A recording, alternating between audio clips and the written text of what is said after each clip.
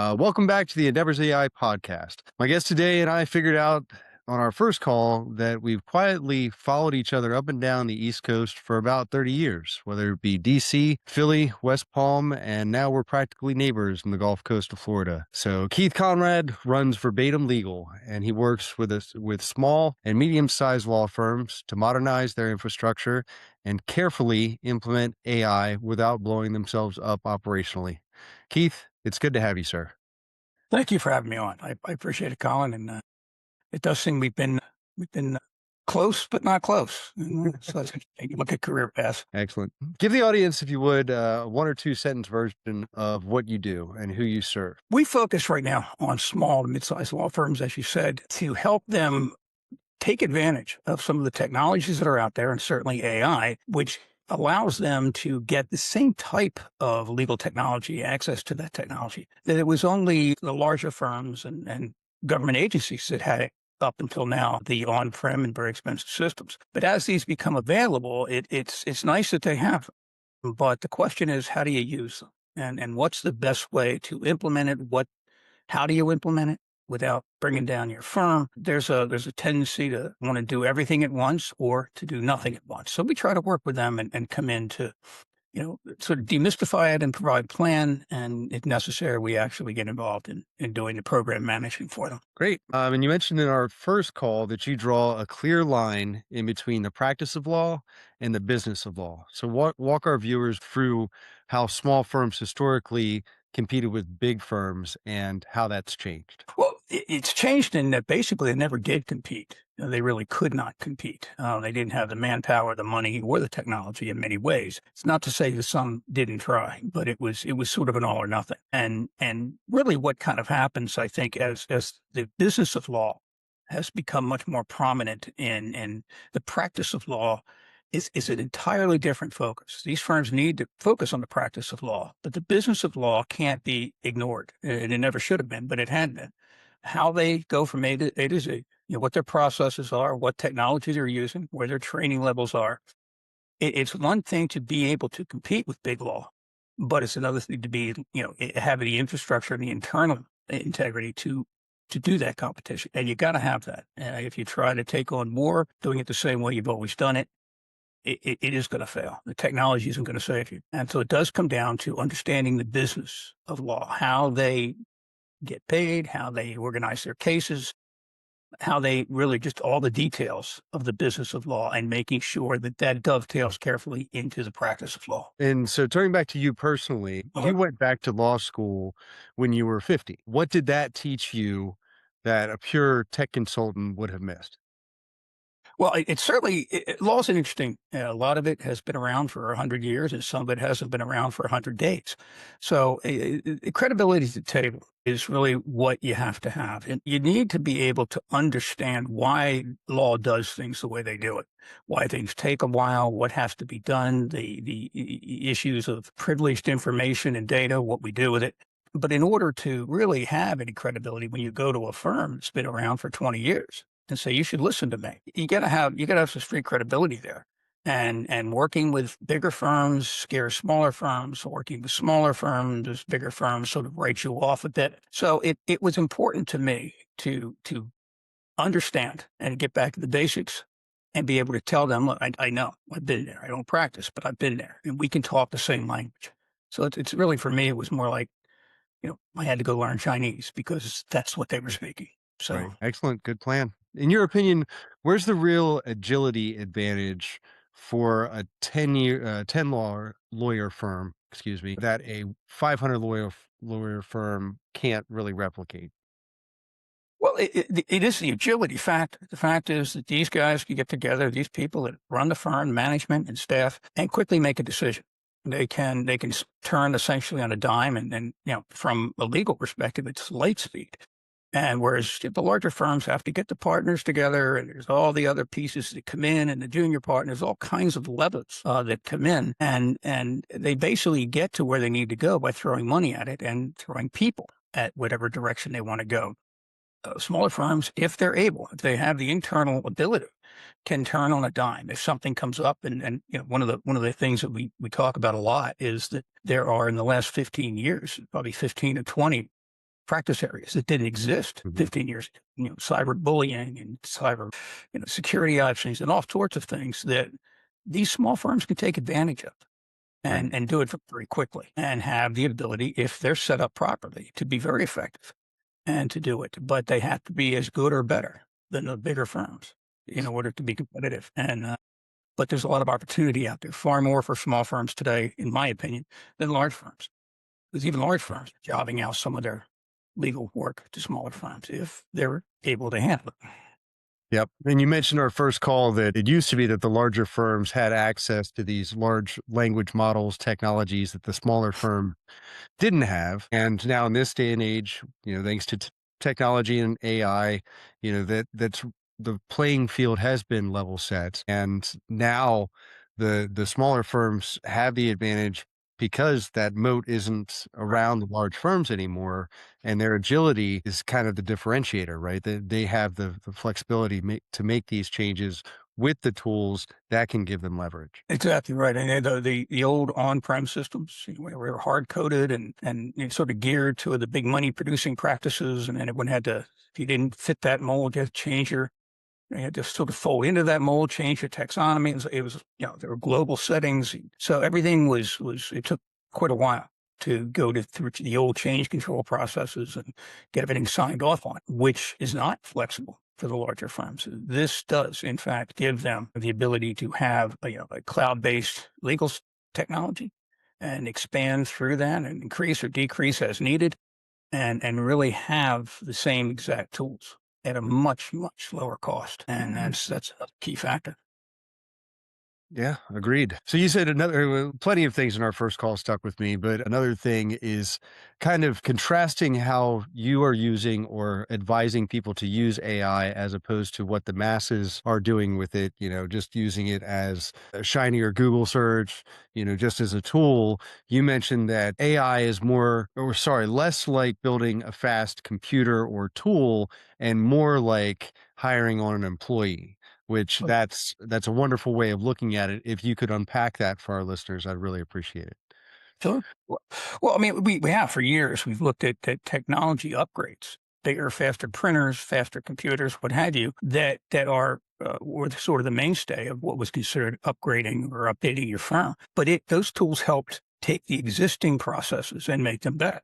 This AI, properly done, and I'm preaching to the choir here, but properly done is something that's going to actually do the work. And it's like anyone else that you bring into a firm. You want to make sure that it's trained properly. You want to make sure that the various process steps are carefully defined and in a way that the most important thing I think is you have to keep an eye on it. You have to be able to watch it and check on it.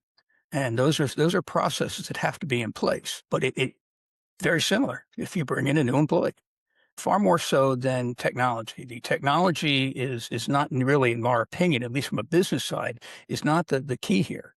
It's the prompting and understanding the exact nature of what it's doing, making sure it's right, and then making sure it does it correctly.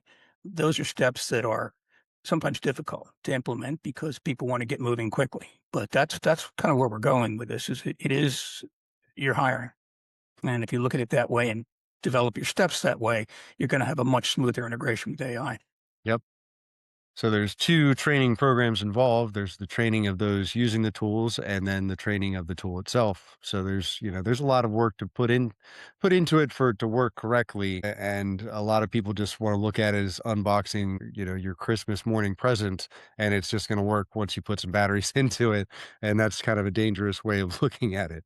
I think that's the habit. They would get a faster computer, they would download the image onto the computer, and away you go Right. with it. And that's not the way this is going to work. And it's certainly not the way in a heavily regulated environment like law that you want it to work. And there's some horror stories which, you need to understand how to do it.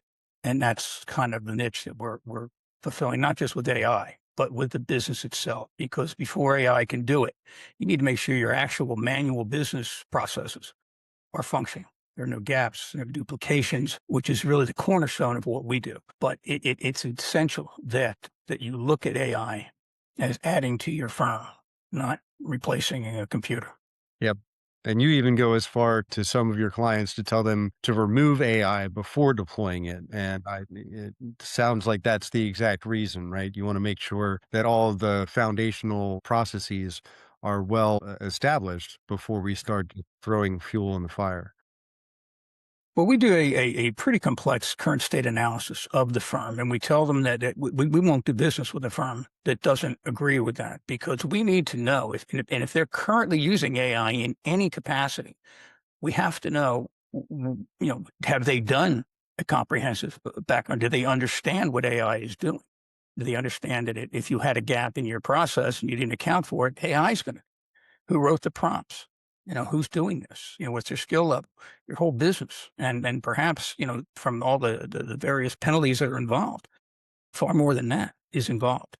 So we will start with this comprehensive current state so that we can understand everything about that business, far more probably than most people have ever done. It turns out, I think, to be one of the most important documents in this business, or quite frankly, any small business, to understand starting, ending, what if, this, that, then, all that has to be accounted for. And that's generally not available. It's all sort of fly by night. And that's a very dangerous thing for AI to Right. do. Yeah. Before you map out a plan to get somewhere, you need to know where you're starting from. Right. Exactly. Uh, Well, yeah, the synonyms are the whatever they're a lot of simple ones. You wouldn't do this on a road trip. Why are you doing it here? Type thing. yep. So when you do that current state analysis, what is popping up as the blind spots on a pretty regular clip? Well, I think the tendency, particularly with small firms, but not exclusively, is to you've done it a certain way for a very long time, and maybe there are some automated pieces using different technologies, but they tend to be very siloed, to use that expression, and they tend to be, I think, from an operational standpoint, it's like doing it. You've just done it so long, you don't recognize it. There are manual steps in these automated processes. You Mhm. have to take it down the hall and put it on Bob's desk. That each of those becomes a possible problem. And they don't see it when they talk about their automated case delivery. Well, it's automated here, and then there's a stop for a manual piece, and then there's an approval that's manual, and it goes. So we need to identify all of those, and not everything can or should be automated, but we need to know where the manual pieces are that you've been comfortable with for 10 years, because that could really throw a wrench into what you're trying to do long term. So how much would you say is technical versus a cultural, we've always done it this way sort of problem? Well, I'd say they're about equal, but for different reasons. The way we've always done it I think it's, lawyers are very risk averse people, and if they're working this way, and so what's the big improvement? So you need to provide them with defensible reasons to do this at all, and dispel any of the stuff that they've seen and magazines or online about how wonderful AI is, and it can be done. It can do this and it can do that, and get that sort of story-eyed out of their head. So the technical piece tends to come from trying to, I think it's a one-stop shop type of thing that can fix this right away, and it probably can. But you also have to take a look at. I mean, if I think what I've said before, that as people continue in many cases, particularly small firms, to practice law the way they do, with the old practice and the old technologies, I think it's very likely in 5 years they really will not be around. Either those people working for a more advanced firm, or they'll be finding another line of work. It's like not putting a telephone in years ago. I mean, you have to do it, Right. and getting them to that point without and then of course the other problem, maybe the other thing we bring is we'll do it for you. So it's not a question that you have to figure it out. We're happy to do it for you, and that's the way they should go, whether it's us or anyone else. Mm. So without being a fear monger, how do you bring up, the potential pitfalls or, possibilities of sanctions to these firms when it comes to the use of AI? Well, most of them have some sort of knowledge from something they've read, some sort of horror story out of some firm, and it's becoming more and more prevalent. So, I mean, I think there's a desire to do it the right way. The question, I think, is how, and how do we do it without shutting down the firm and going from scratch? But it's not so much fear mongering. It is an essential piece of moving from sort of a small firm, taking the cases as you used to, and actually getting into the game of Mm. what's going legal today and what's going to go on in legal. And so it's not so much fear mongering that you're going to put your firm out of business. It's fear mongering in that you're going to be behind. And if Right. you think it's difficult to compete now, it's going to get even more so. Not to mention the other side, Colin, is a whole new dead generation of clients and lawyers, young lawyers and clients that have been on a cell phone since they were 2 years old. I mean, there's an expectation out there that they need to see. And some firms do, and some firms don't. But usually by just providing them with defensible alternatives, this is why we're doing it. And this is the right way. And we know more about this than you do. You should listen to us. And we get past that. Lawyers, I think, are kind of, they always said that going and working with law firms is the best thing I've ever done because you have people that are being paid by the hour and argue for a living. And that's a tall order. And then I learned at a very early part of my career that was really the best thing. You come prepared. These people bill out at $1,500 an hour. Do not waste their time. And I think that's a rule of thumb at every law firm, just to be prepared, understand what you're talking about, and be able to defend it. Great segue. So you have a firm calling you up and they say, I want to deploy AI. What's your actual sequence? Where do you force them to slow down? What's your process? Well, I think the first big fear with AI seems to be people losing their jobs. If I do all of this, I've had people with me for this period of time. So the first thing we've done is sort of develop our own set of places for these people to go within an AI environment. Generally speaking, they're not going to do their own prompting. And I'm going Right. to send that to professional firms, but it's important they know how to prompt. I think, and it's something that they can learn because again, mentioned earlier, if the output has to be looked at and has to be addressed carefully. And you need to be able to do that. You need to be able to communicate. Again, it's not that they're going to sit at their desks and develop. Maybe they will, but it's an offline thing. They need to be comfortable with how to talk to AI and the various things that are available so that they can be proactive and say, look, there's a new Perplexity has a new piece out and we think we could use it. I think that's the job security for people who want it is to be engaged in the back end of AI and the law firm still has to run. So that's the first thing that we do is just to say, this does not mean you need to get rid of anybody for the most part that you don't want to get rid of. And we'll find a place to do it and we'll show them where they're going to be. So once we get past that hurdle, it is the expectation that, so we can just put this in here and start moving. And I can give you a couple examples if but they understand they need to do certain things, but they don't understand that when those things happen, they have to have lawyers and infrastructure to take care of it. Mhm. And that's the thing of sort of pulling it back and saying, yes, you can do these things. And here's a schedule. Here's what we need to look at. And you need to get past certain points. For example, can you provide oversight to AI? Do you have the staffing and the ability to do that? If you don't, then we start very small and we Mhm. just say, and at some point they can bring it back into the firm. But if people are going to sit there at their desks and try to write letters and things, and it is probably off topic here, Colin, I'm sorry, but the one thing that they need to understand is that the large models that they're going to use are public. And when they get to right now, the focused ones are the purview of large law firms and law schools. So they're going to be very careful about what they enter into. And most of the AI systems that they're going to use, and they're cost effective at this point.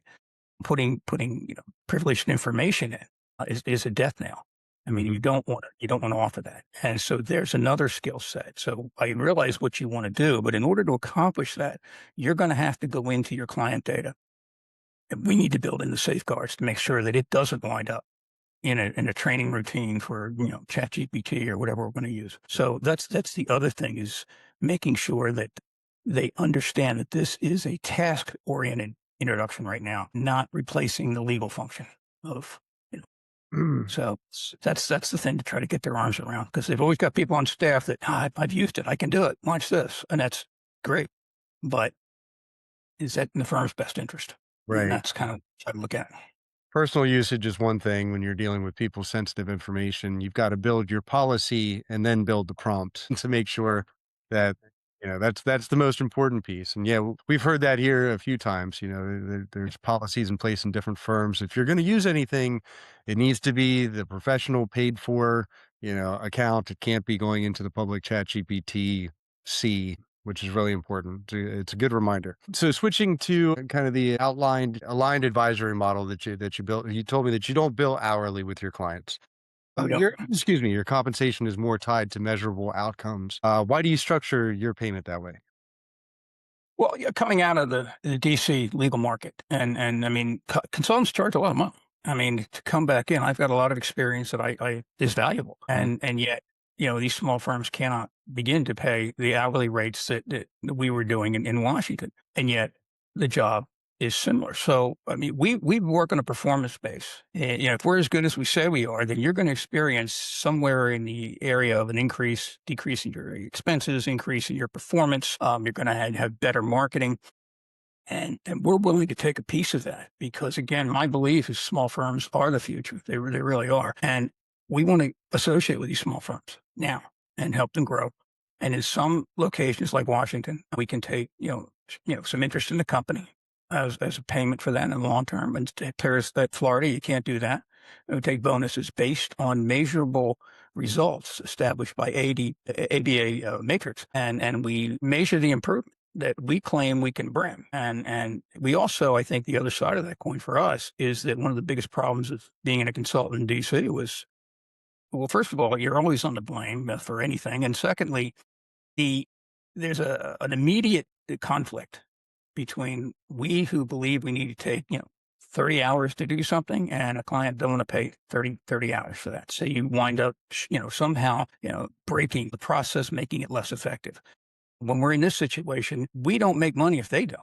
So we're not going to make bad recommendations or have some sort of software go into place that isn't the best that they can have. Mm. And it's less an argument. I mean, we get into it, we won't recommend it. And if you don't do it, if they choose, we're not doing that, we're not doing that, we will leave. We have a contract out because it's not going to work if you're not willing to step out there. We're certainly willing to work whatever plans make sense for you, cost wise, but you have to do this, or we're not. There's no point in us being here. Yep. So it is a question of looking eyeball to eyeball with them. We're partners in a sense, and we have very direct conversations about that, and that's been very helpful. It cuts through a lot of nonsense Yeah. and gets us to where we need to be, and it gets them not worrying about us. They can go back to worrying about their clients. So we're there, Yeah. and we're going to make money. So of course we're there. So Yeah.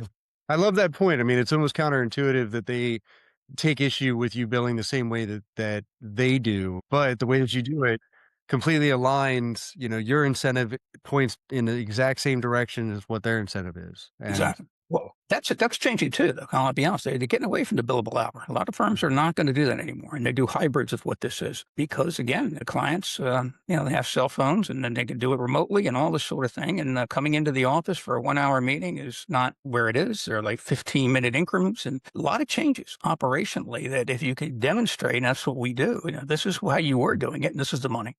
Now here's the potential income if you change that model. right.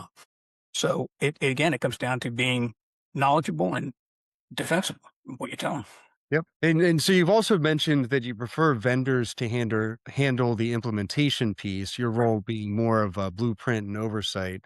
So that separation of strategy and execution is pretty important. Like most firms need both, but just at the right time. And you come in, lay the foundation, build it out, or sorry, build the blueprint, and then allow those that focus on implementation to do that piece. I think that's a really strong strategy as well. So looking out 3 to 5 years, where does AI create a real advantage for small firms, and where does it create a real liability? Well, I think the advantage is it allows them to get where they want to go faster than they could normally. If an opportunity is there, they can take advantage of it faster than a lot of the larger firms. I think it also gives them a chance to establish, focus in a particular practice area that might have normally taken many years to sort of become part of that. They can, a lot of ways to be aggressive with AI and to look at, making things more, faster and smoother. The other thing we bring to the table is there are 100 ways to do it. And so we have the benefit of having spent a lot of time in a lot of firms.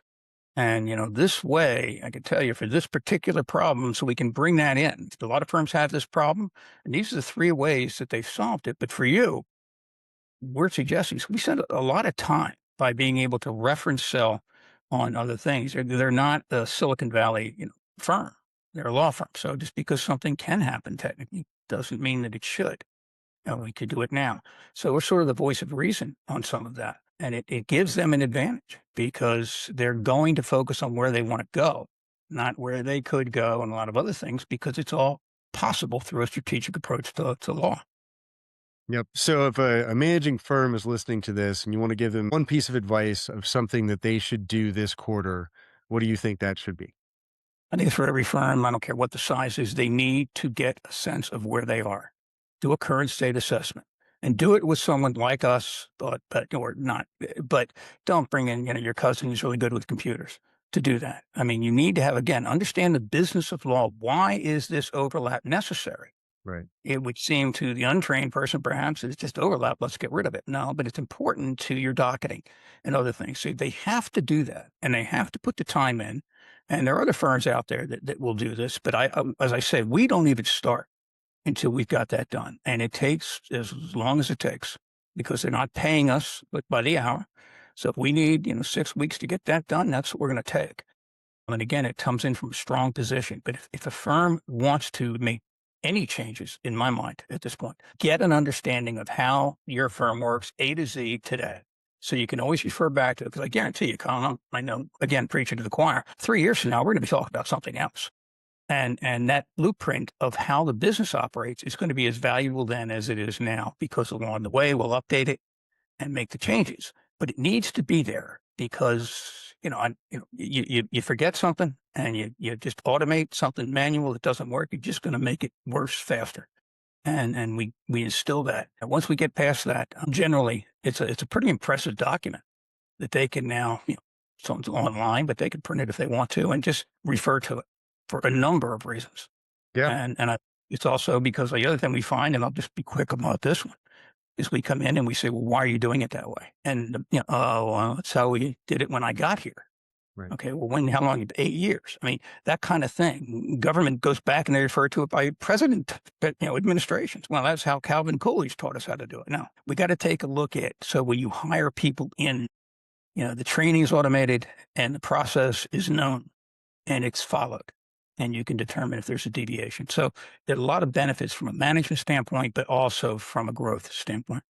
Yep.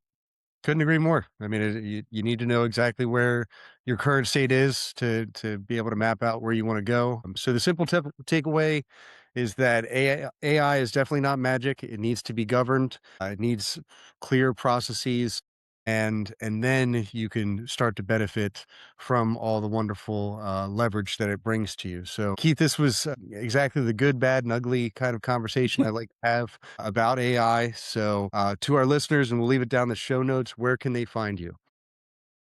Well, we're at verbatimlegal.com, and we have a presence. We're getting a better presence on Facebook and social medias. We're growing. So that's always a painful process for us in that sense. But best just go online, set up a time to talk. We don't charge to chat with people. If you've got a firm, maybe you need us, maybe you don't. Doesn't do us any good to come in if you don't, and you need to be comfortable if we do. So it saves us time. It's better for them. So just give us a call. We'll chat and figure it out. Awesome. I appreciate the conversation, Keith. For managing partners listening, get out there, get your current state analysis. It will do you nothing but good. And subscribe, and we'll see you on the next show.